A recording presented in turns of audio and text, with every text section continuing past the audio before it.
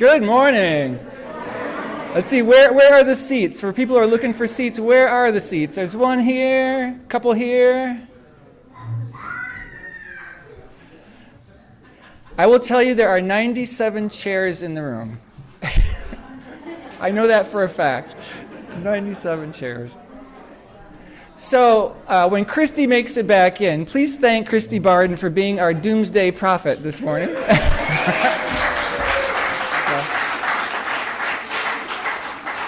Thank him for embodying and giving voice to our worries and our fears for the future of the nation, for humanity and the earth, and right up front, for putting those fears and worries in conversation with, or at least in the same space as, our hopes, our commitment, our resilience. I'm the Reverend Kevin Tarsa, and in case you did not see the title or description of today's service, we are referencing apocalypse and end times fascism.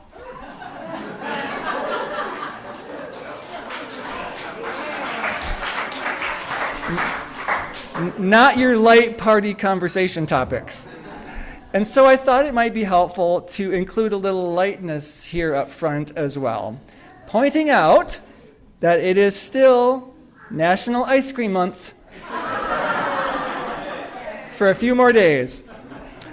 At a conference I attended years ago at the Mountain, which is a UU retreat and learning center in Highlands, North Carolina, on the first morning, they served oatmeal for breakfast with all kinds of available toppings, including ice cream. And later, only afterwards, did the staff explain to us that they always paid close attention on the first morning when a new group came in, because they knew, based on how many people took ice cream with their oatmeal, how fun the group was going to be. And yes, I did put ice cream on my oatmeal. How could I not? Yes, they could just have the ice cream. That reminds me of someone's contention that when a person walks into a space, and particularly in this case, into a religious community for the first time, they form a significant and often lasting impression within the first 7 seconds.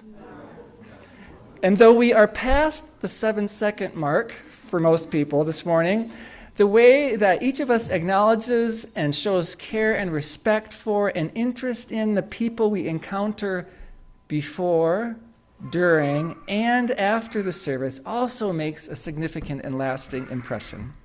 So now, and during the service, I invite us all to take on the role of noticing and welcoming each other with kindness and warmth and gentle sensitivity, noticing especially when someone is all alone and perhaps waiting and hoping to be seen and valued. Here's a chance to practice. I invite you to say hello to the people around you, and not only that, but notice who else is around who may be waiting for welcome. I invite you to please welcome one another.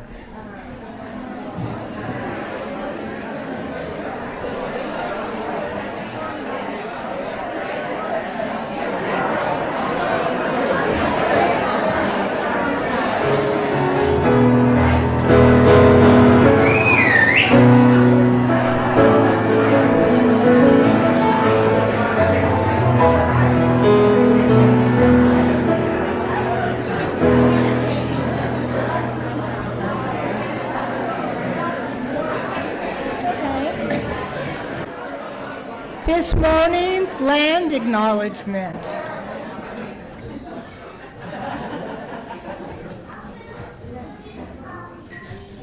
The Nisenan people of this area, like so many indigenous people, have known the nature of apocalypse, having lived it or having lived in its legacies.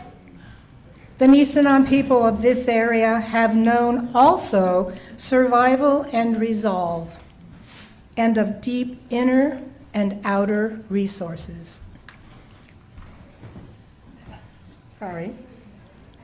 With this basket of black oak acorns, we express our heartfelt desire that the Nisenan people may recover more and more of their rich cultural heritage.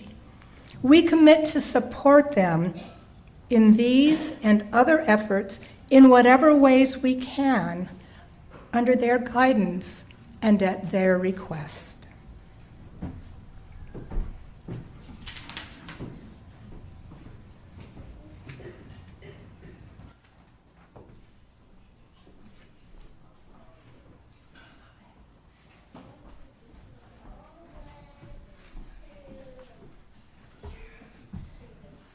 Morning. We come together every week, bound not by creed or mutual desire to please one God or many gods, yet we are drawn together by a belief that how we are in the world, who we are together, matters. We light this chalice together in the knowledge that love, not fear, can change the world.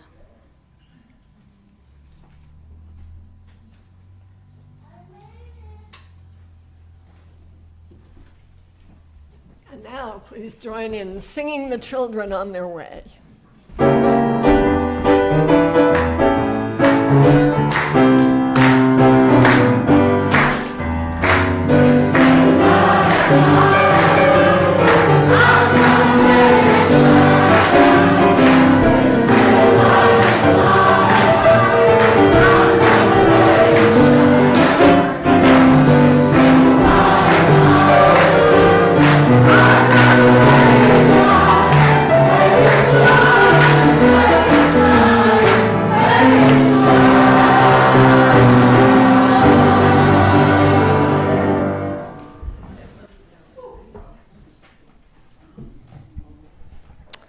Good morning. That was a memorable beginning, wasn't it? Whether you're in the sanctuary, the chanting room, on Zoom, or viewing the service sometime in the future courtesy of YouTube, welcome to the Unitarian Universalist Community of the Mountains. I'm Cheryl Morris, serving as worship associate this morning. I want to acknowledge and thank Elizabeth Rose, who created this service with Reverend Kevin, and then was unable to be here this morning. I said I could fill in for her, and then I looked at the title of the service, wondered what in the world I'd gotten myself into. In case you don't know, the full title is Revelation, Apocalypse, End Time Fascism, and Being Here Now. Now, I know all those words, though I might have trouble defining them, but seeing them all together like that definitely gave me pause. Being here now was the easiest one for me to get a hold of. For the other three, I took a deep breath, remembered that I'm learning to be curious and calm when something intimidates me. After I talked to Kevin, I felt better, of course, and this is going to be a fascinating service. We'll cheer him on as he does double duty as both minister and musician. We have Claire as our song leader. We'll hear a wonderful poem from Natalie. There may be another surprise or two along the way. So, deep breath. We're all in this together, and that's always a good thing. Welcome.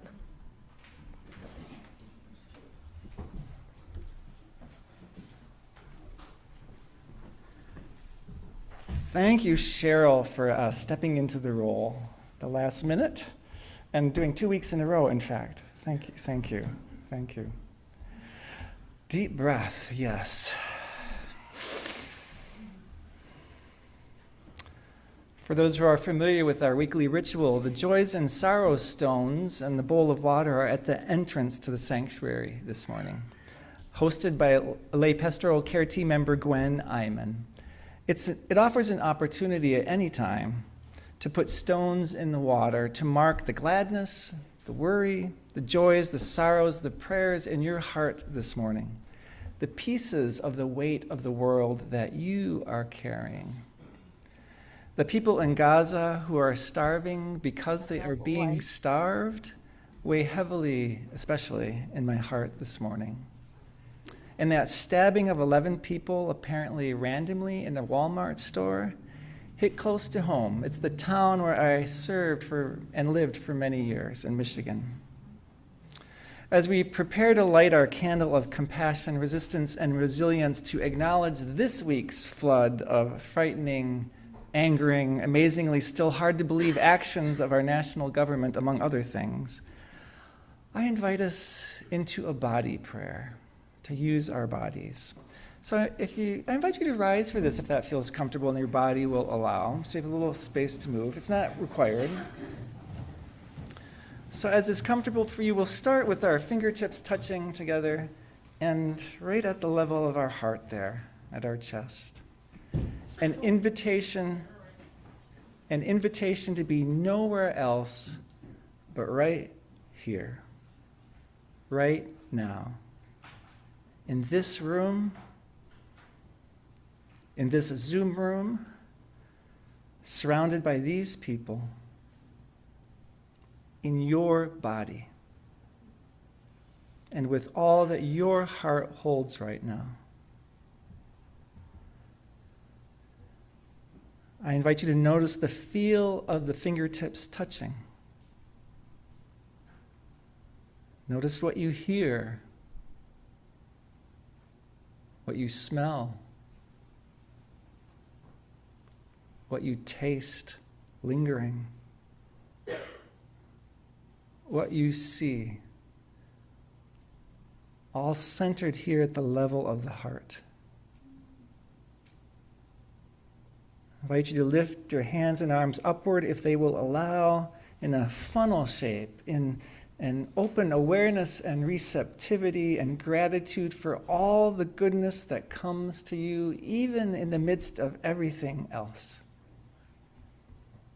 Open to the goodness that comes in the midst of everything else. I invite you to draw it down and in, to wrap your arms across your body and bring all of that into your chest, into your heart,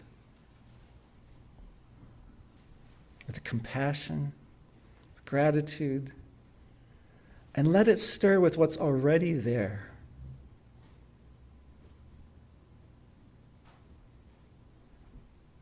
And draw from there, turn your hands upward and outward, and give some of what is in you to give out to the world, out to anyone who might benefit.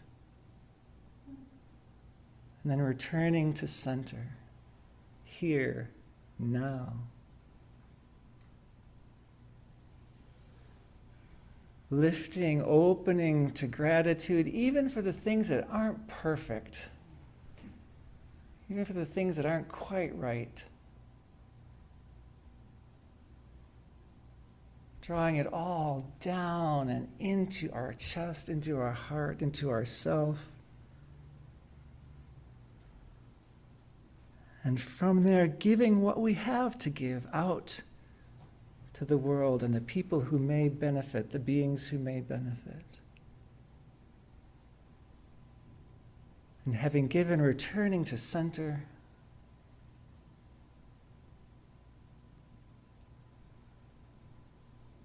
Opening, funneling in gratitude, even for the things that sometimes hurt, but are part of our life and become part of who we are. Drawing it all in, all of it, into our heart, into our chest, into our being.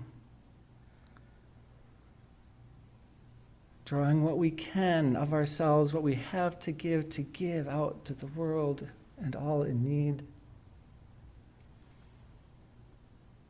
And from there, returning to center.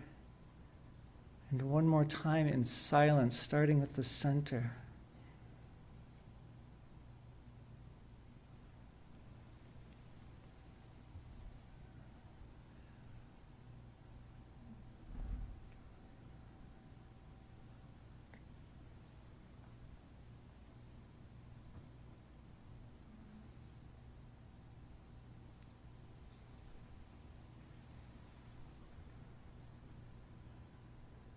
And returning to center at the end.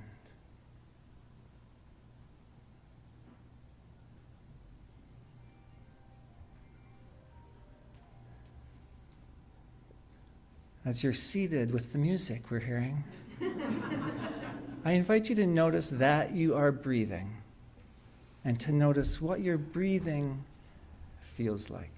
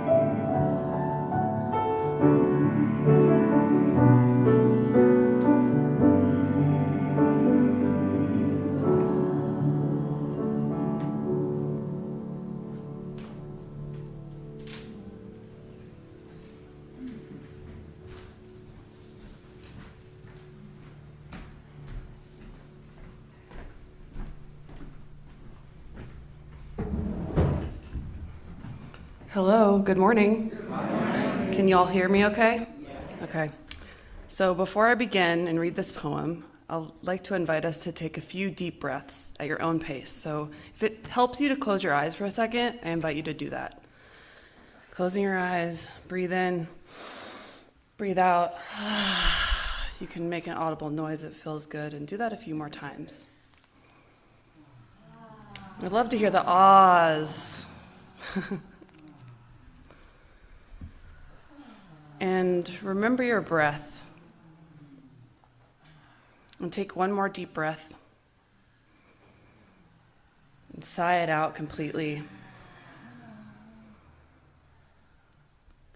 And then I invite you to look at your hands. Look at your hands. Look at your fingertips, your nail beds. Wow, you are real. This is your life. There is prayer and importance in the practice of it, especially now. And how do you show up now, exactly as is, in the dirt, in the mundane? What does it feel like to know you cannot control it? Is it pain? Is it relief? Is it freedom to let go? What it is for you, feel into that. There is power in being right here with others. Keep coming back to that. There is power in being right here while embers burn under your feet. The earth remembers how to burn when needed. It's called a prescribed burn when we do it. We are the ones who have forgotten. A mother bird lives with the possibility each and every single day that a hawk, also a mother, could fly off with her nest. She can only do so much. She does not dwell on this. What happens when the worst thing that happens does? She fights at first, her whole body a cry. She does not give up until the end. Then, in wild surrender, she flies back. She keens. She cries. God, it's a sight, and I'm sure you know, to watch a mother keen. She feels in a way she is able to, and I believe she does feel. She looks to her lover perched atop a pine tree, holding watch for her. He keens in his way too. And eventually, this is the most important part, they fly off together with another. The hawk feeds her babies, while the jay has just lost everything. Held in the same breath. How wild is that? Is it punishment? I don't think so. Is it a cycle? I see it as more like a spiral, like webs. What I do know, it is holy and it hurts. Do you remember being a bird? The power is feeling and keening before flying off, slowing down enough to see the empty spaces left that really hold everything. Dying and living, creation and destruction under the same sky. Learning to remember what the earth knows here, becoming an animal, allowing yourself to, speaking in wails when needed, feeling with the belly first and the breath first, low and large. On the precipice of birth and death, it's the same thing. That's what I think. The earth helps us remember. The earth helps us remember. Let's remember her. We only have to listen.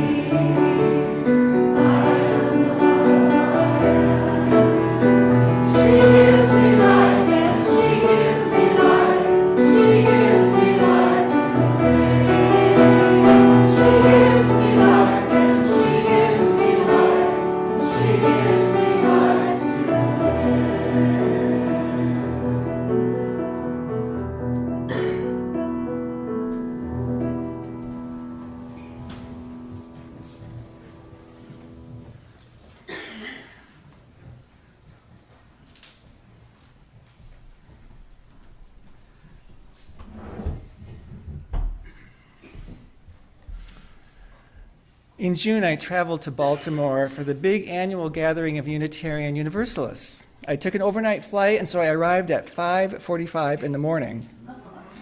So after heading toward the hotel and stretching out breakfast as long as I could at a diner, I went to the front desk and asked if there were any chance I could check in before 4 o'clock. I said anything before 4 o'clock would be helpful.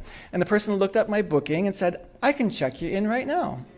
This was 8 o'clock in the morning. Excellent. They processed my reservation and handed me a little holder with my key card and my room number written on the outside. Room 666.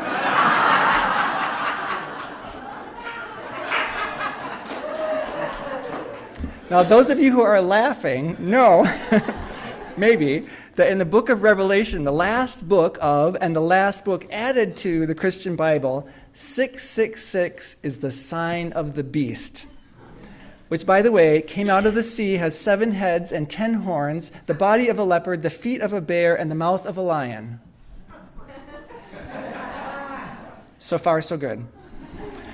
These days, the beast is more often known as the Antichrist, one of Jesus' primary opponents in the end-time battles of good versus evil, pure good versus pure evil.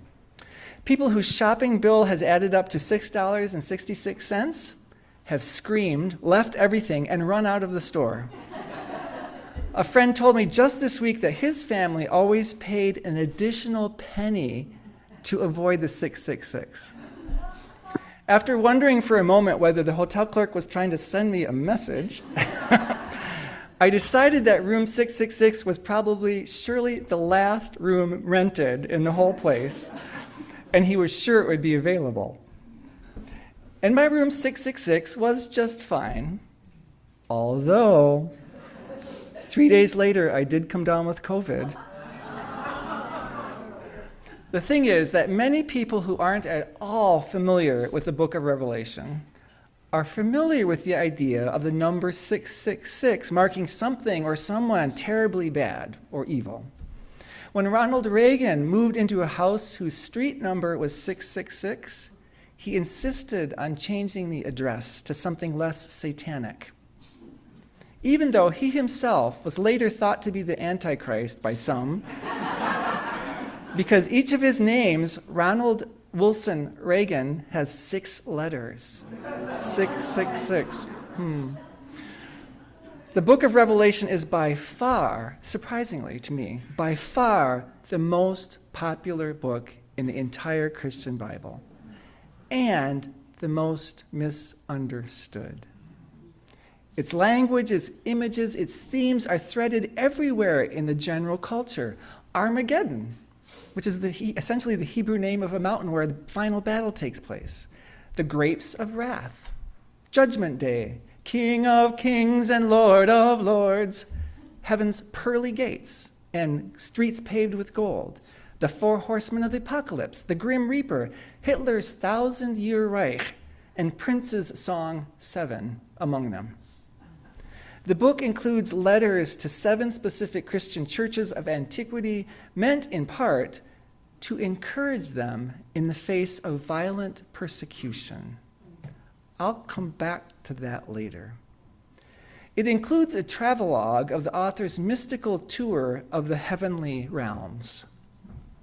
It is filled with wild, dynamic, colorful, and confusing scenes and signs and symbols. It's very embodied and physical and visceral. Angels and extraordinary creatures above and below. Someone said, let me turn this on. Someone said it's as if the beings came out of one of Dr. Seuss's dreams after he fell asleep reading a Stephen King horror novel. To some, the stories in it most resemble an acid trip. Its overlapping timelines are filled with plagues and other disasters, much violence, blood, and death, and ultimately a spirit of retribution and revenge, on the way eventually to a happy ending for those who are faithful. It's presented in part as a prophecy of what is to come, and also as an apocalypse, which means a revealing, a revelation of what will happen in the end times, a revealing of what is otherwise hidden to us. And while there are many fascinating things to discover and explore about the book of Revelation, it's the prophecy and apocalypse aspects that I want to point to this morning. Here are people being cast into hell in the final judgment. Here is where people get to go the other direction. Thanks for the slides. I want to point to this because for some people, they have some very powerful people, they have a passionate interpretation of not always the details, but the general spirit of this message, and are using it to drive national policy, shape national politics, reshape the culture of the United States. Here's Jonathan Kirsch's synopsis of the central storyline of the book of Revelation in his book, A History of the End of the World. I invite you to keep in mind what's happening right now in the world and how someone who is drawn to literal interpretations of the Bible might line it up with our time. Here's Kirsch. The beginning of the end, according to Revelation, will be signaled by mysterious signs and wonders. A black sun and a blood-red moon, the stars falling to earth, persecutors and false prophets, earthquakes, floods, plague, and pestilence and famine. A series of mighty battles in heaven and on earth. Then the satanic archvillain, the beast, who has come to be called the Antichrist, will rise to absolute power on earth. I think this is what conservatives has felt for the last several decades, right? That the opposite of what they wanted was coming to power. After 7 years of oppression and persecution under the heel of the Antichrist, then, Jesus will descend from heaven in the guise of a warrior king, on a white horse, by the way, lead a celestial army of bodily resurrected saints and martyrs to victory over the demonic hordes at the Battle of Armageddon. He'll drape Satan in chains and confine him in a bottomless pit, and Jesus will reign over an earthly kingdom for 1,000 years. At the end of this millennium, Satan will actually break out of his bonds, and Jesus will be compelled to fight a second and final battle. At last, all the dead from all times will be resurrected and judged and sent one way or the other. And the earth as we know it will be destroyed once and for all. The end of the world, according to Revelation, will be followed by the creation of a new heaven and a new earth, a celestial paradise where the faithful, the Christian saints and martyrs, will spend eternity in perfect bliss.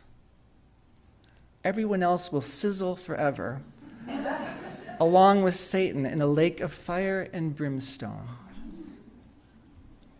That, he writes, is the pitch line for the book of Revelation.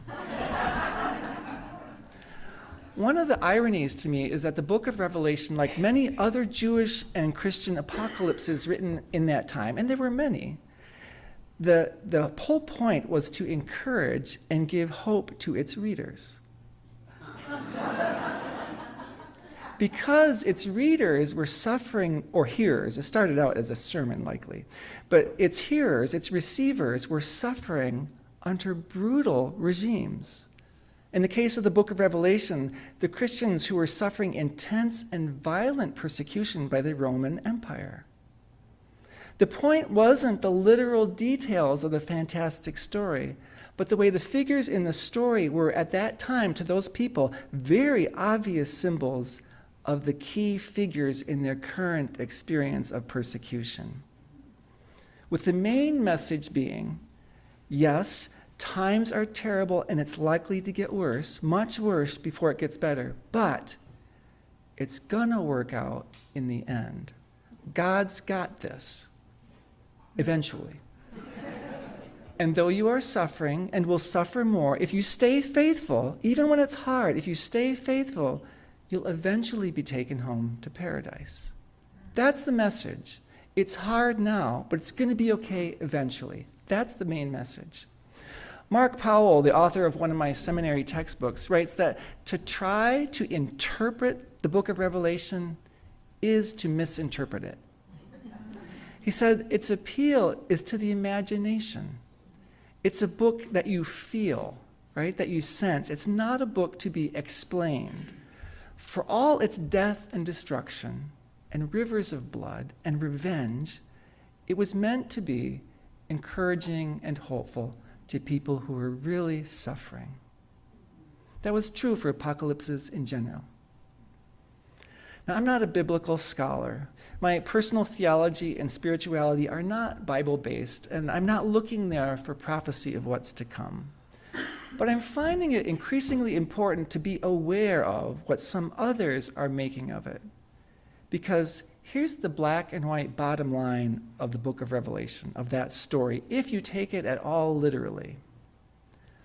The only way for God to defeat the devil, or for good to defeat evil, is to destroy the world and start all over again.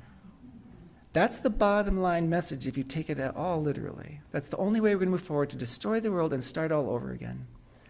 As Kirsch puts it, above all, the moral calculus of Revelation, which includes the demonization of one's enemies, the sanctification of revenge taking, and the notion that history must end in catastrophe, can be detected in some of the worst atrocities and excesses of every age, including our own, often playing out in the Middle East, I will add.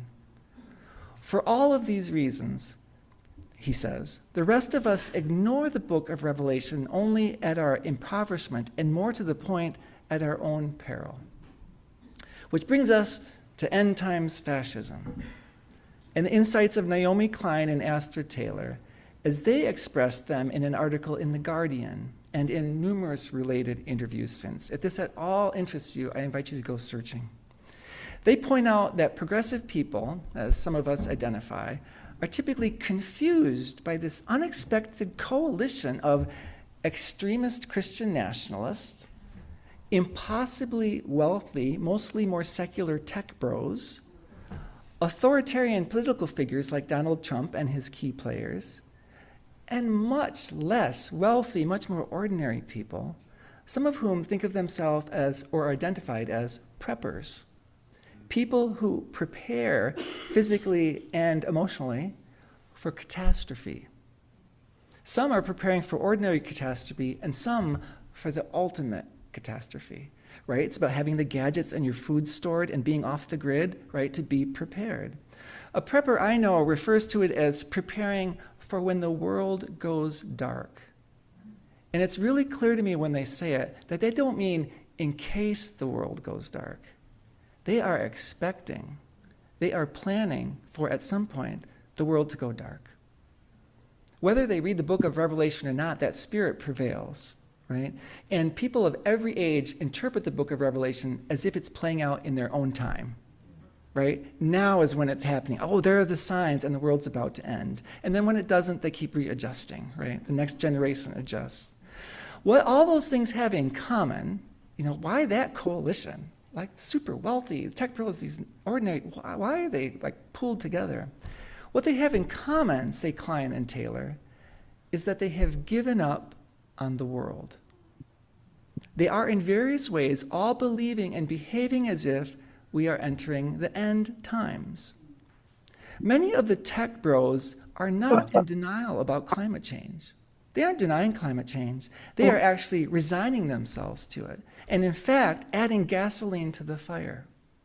They know the world is burning. They just see it as inevitable.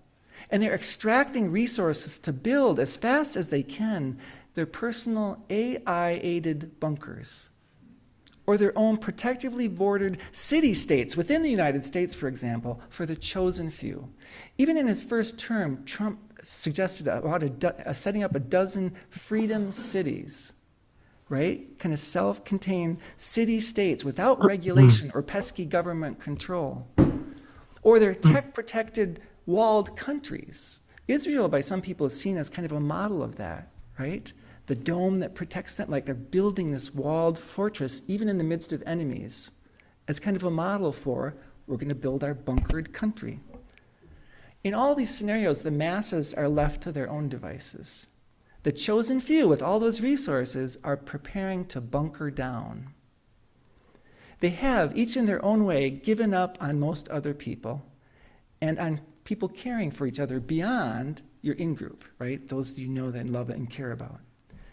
I speak often of the fundamental importance of empathy to our UU values and our progressive values in general, our ability to imagine and feel what someone else might be feeling. Elon Musk has claimed that empathy is the fundamental weakness of Western civilization.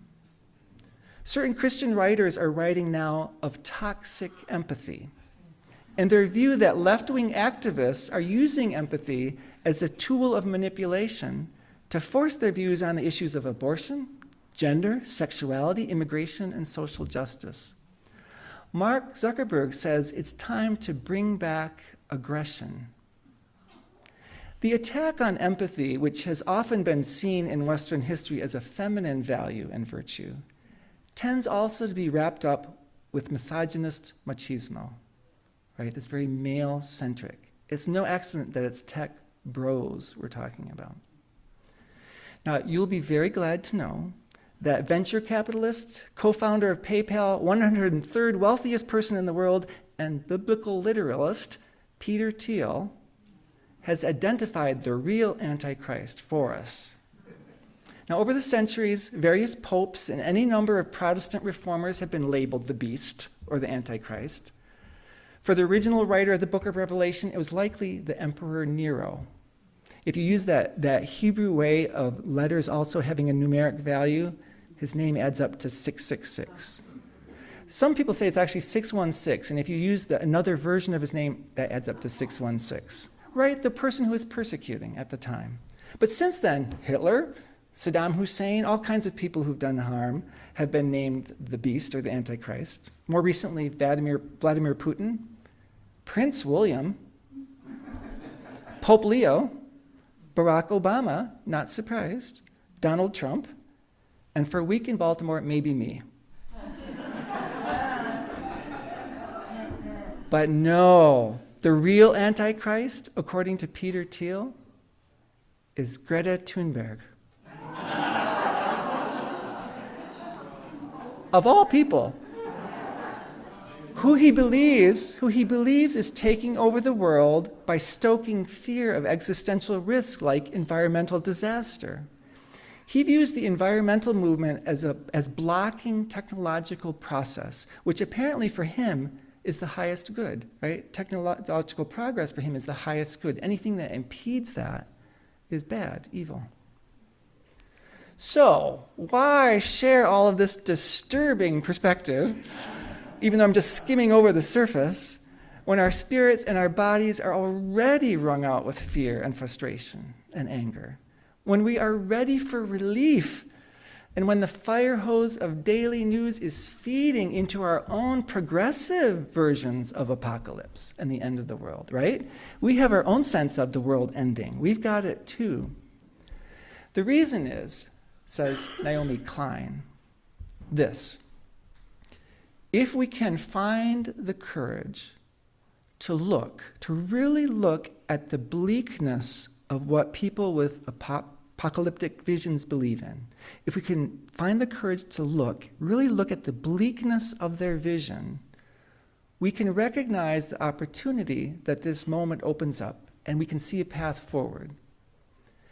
The techies and wealthy people who are surrendering to the expectation of apocalypse and who are in fact fanning the flames of apocalypse have given up on the future. They don't see a future. They're betting on climate change, willing to burn it all down for the sake of that extractive and polluting and gargantuan energy needs of AI, which they believe will save them inside their bunkers of various sizes and configurations. They are betting on climate disasters, betting on increasing dangers, betting on increasing inequality from which they can protect themselves, and betting on societies crumbling or collapsing.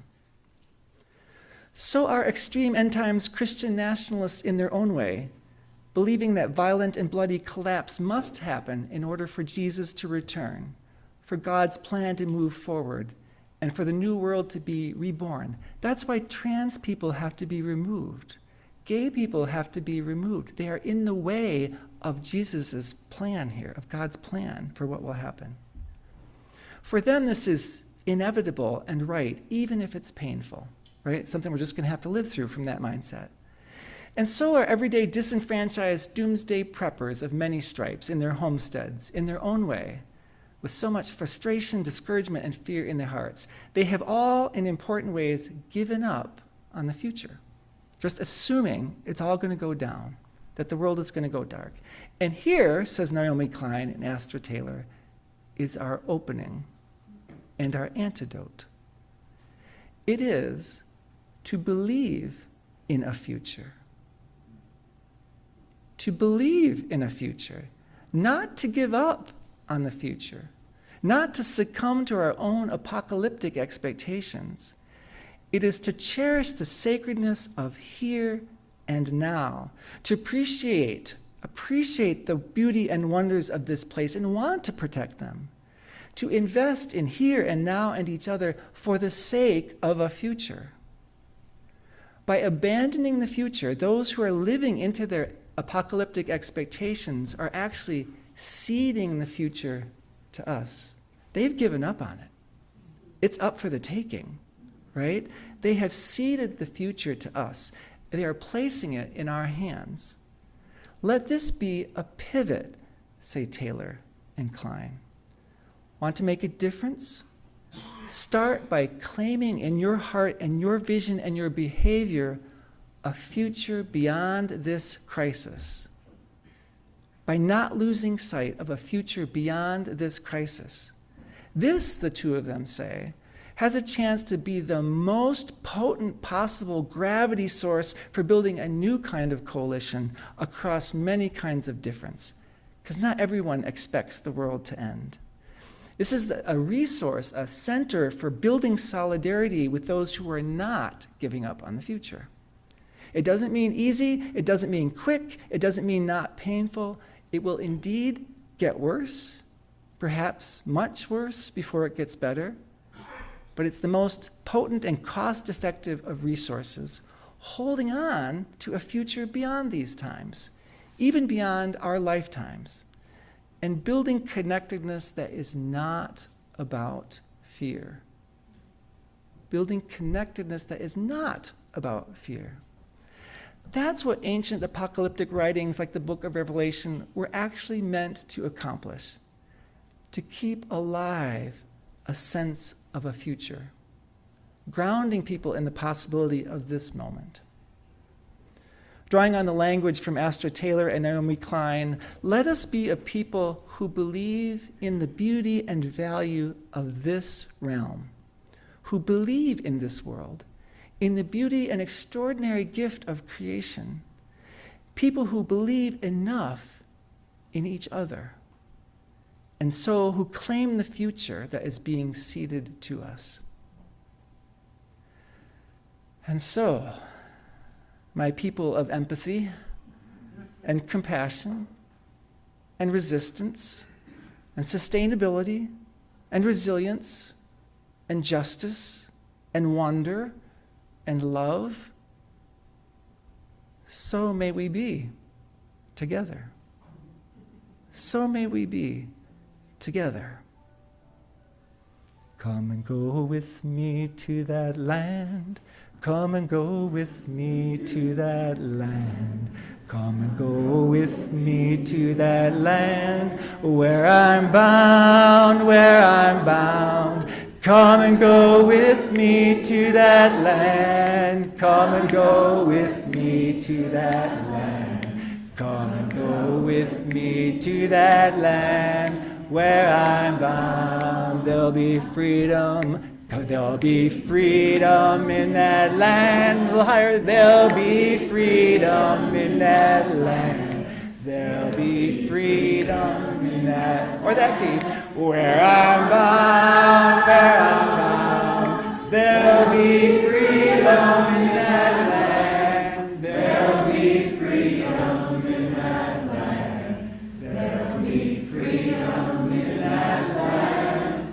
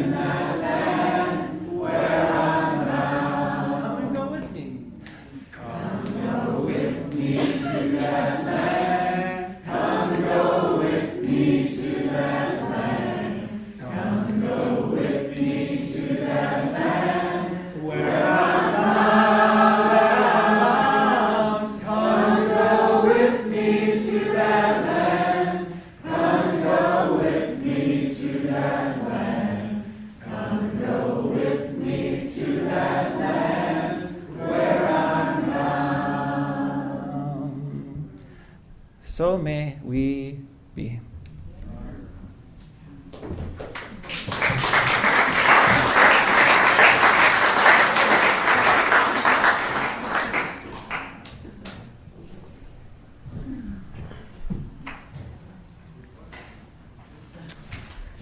Generosity is a fundamental value of all religious faiths. And now, modern day science is validating that practicing it is good for us. If you're someone who likes to counter catastrophic thinking with sound research findings, there's plenty of material out there. Practicing generosity is a good way to ground ourselves in the present and combat feelings of helplessness and hopelessness. Our weekly offering directly supports the work of UUCM as well as a nonprofit partner. This month, 50% of our donations benefit Child Advocates of Nevada County. Child Advocates offers 3 distinct programs: Child Safety Puppeteers, Foothills Healthy Babies, and court-appointed special advocates. Together, these programs directly advocate for children and youth in the court system, support mothers of infants, and provide education to young children and teens in schools. You can visit their website to learn more. As the baskets are passed, the slide will tell you additional ways to give.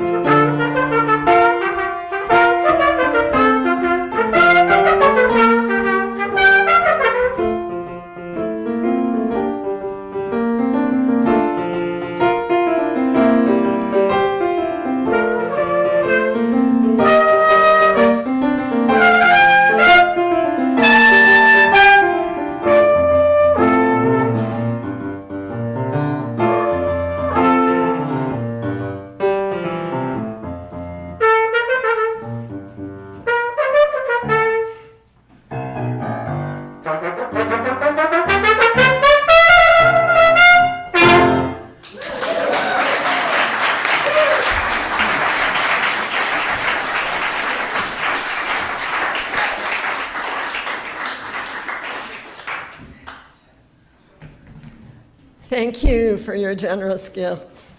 We dedicate them to countering fear and helplessness, finding a path forward in the here and now, and practicing gratitude every day. Thank you.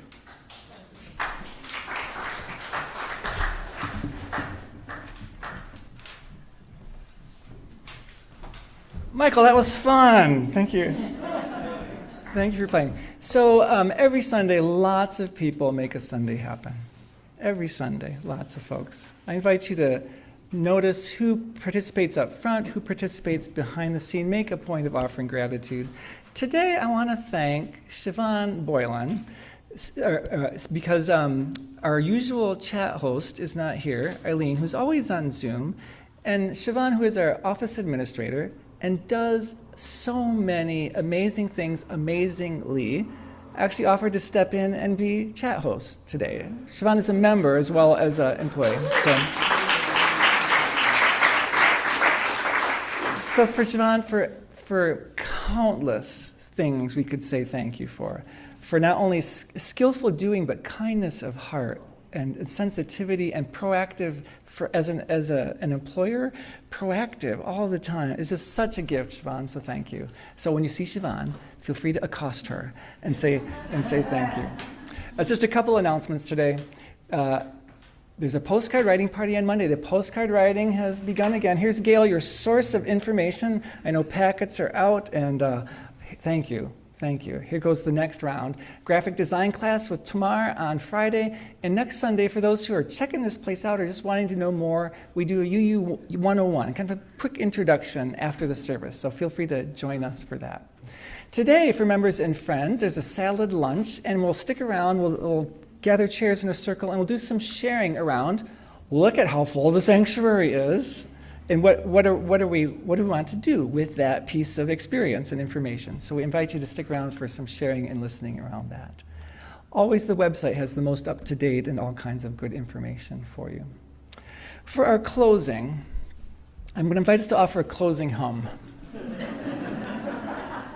Now, at the risk of feeding the already present perception that Unitarian Universalism is a cult,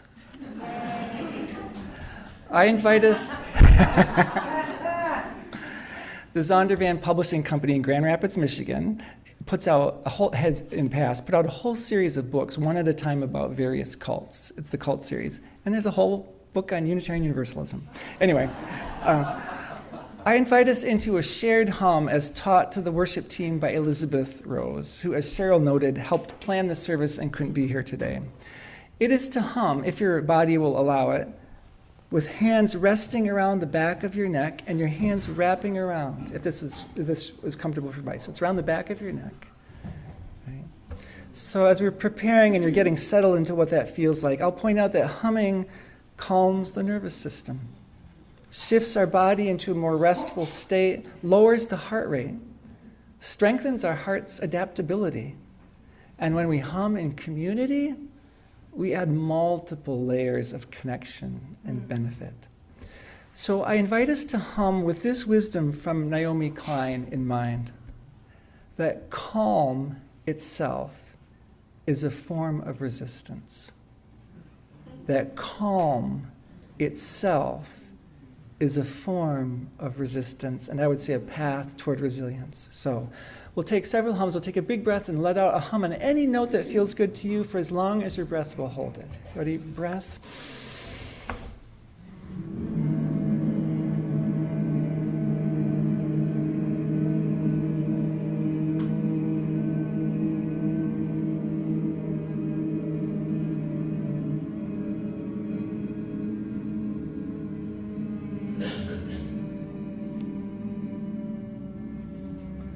Another collective breath.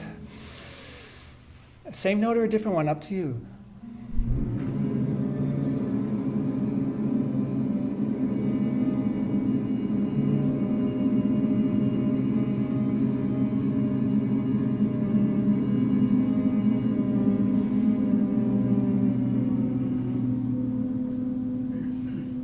And one more breath together.